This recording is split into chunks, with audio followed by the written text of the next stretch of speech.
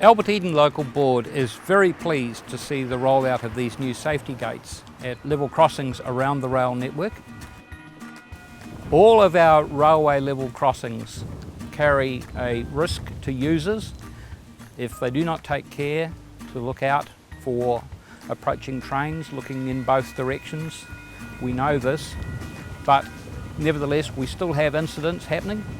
Although we've been pressing very hard for full grade separation of the crossings, that is to say bridges, we are very pleased to see these crossings coming in now because it is a quick and relatively easy solution to providing immediate safety benefits to all users of the crossings.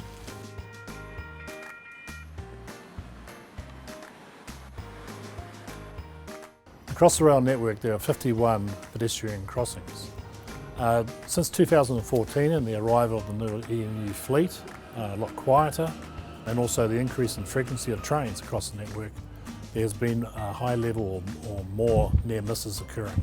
One way of resolving that is to try to make the pedestrian crossing safer, and to do that there's three options. And to either close the pedestrian crossing, to provide electronic gates which actually stop passengers going across and while the train is there, or grade separate, which either puts a pedestrian bridge over the top or a subway down below. It's imperative we improve safety across the Auckland network, and this is one option around trying to do that. The next 5 years, the strategy is to either grade separate, close, or provide pedestrian gates at each of these pedestrian crossings.